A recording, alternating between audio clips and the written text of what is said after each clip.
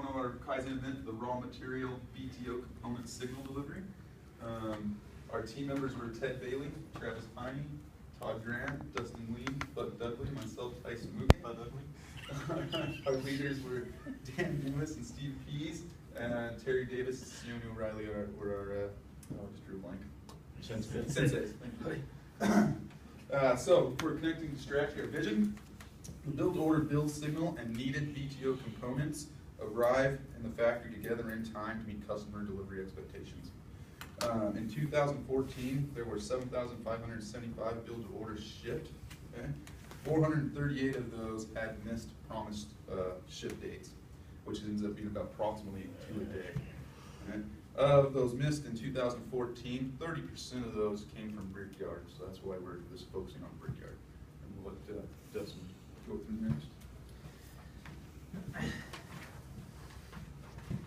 The way that this system used to be done, or the way that we found that it used to be ran, was approximately 50% of the needed component cards were actually being created from production control right from the get-go, right as soon as they received the order. Of the remaining 50% that were created, we found that there was 8 potential pathways in which these cards would go and get ran through the factory, where we really only had desired one output. We found that the printed component cards had no link to the point of use racks. And one of the ways that we had discovered this was within the barcodes that was printed on the component cards. And lastly, we found that the material handlers, the team leads, and production control were all succumbing to a multiplicity of workarounds and accepted those as a normal part of their daily standard work.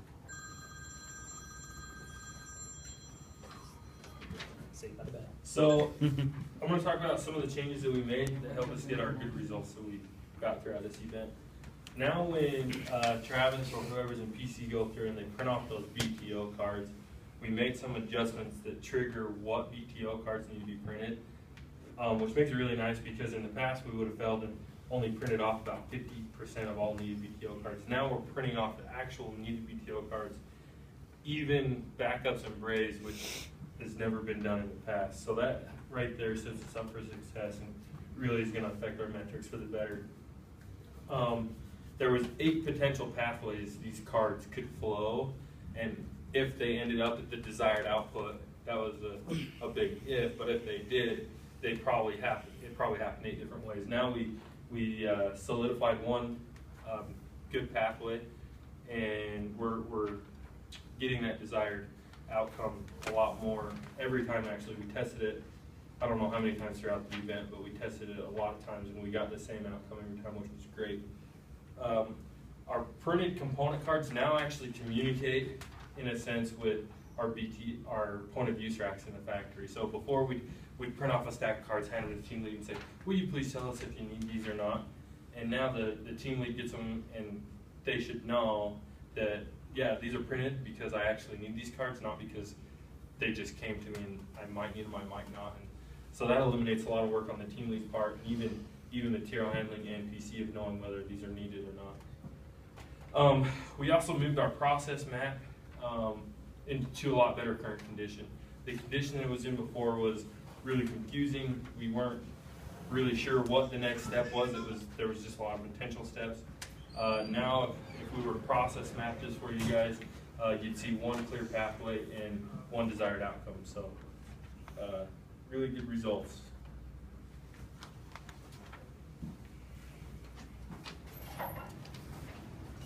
All right, I'll be going over lessons learned. It is critically important to share the experience of the Kaizen project with all groups affected by the Kaizen work. That's something that we really wanted to drive home in this Kaizen event, is that we wanted to share our vision with our team members and the people that we report back to. So we were able to bring a lot of our groups in and show them what we learned and what we were learning, what we're implementing through this Kaizen event. And I feel like that was very successful when we shared everything, gave everybody a shared vision of what was going on. High velocity testing produces improved Kaizen results. We're able to do many cycles of high velocity testing that I thought yielded pretty well, especially like Ted had mentioned, the barcode thing. We were able to test that through. We were able to test that through using just a simple label maker instead of using going up to IS and making a big expensive mess. We just used a little bar. Don't even say IS then. Those people We used upstairs. a cheap and easy label maker. And Perfect. it was very effective. Skill development creation prior to and during the event produced a superior Kaizen event. We were able to get some very needed training that many of us lacked to make us finder fixers instead of just finders.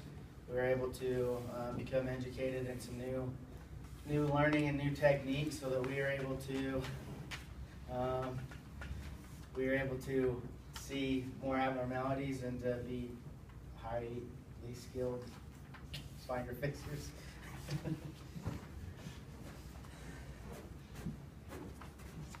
I'd like to touch on that number 3 as well, becoming better finders and fixers. I know I came out of this event thinking a lot differently than going into it, so that's something that I appreciate and have gained from this Kaizen.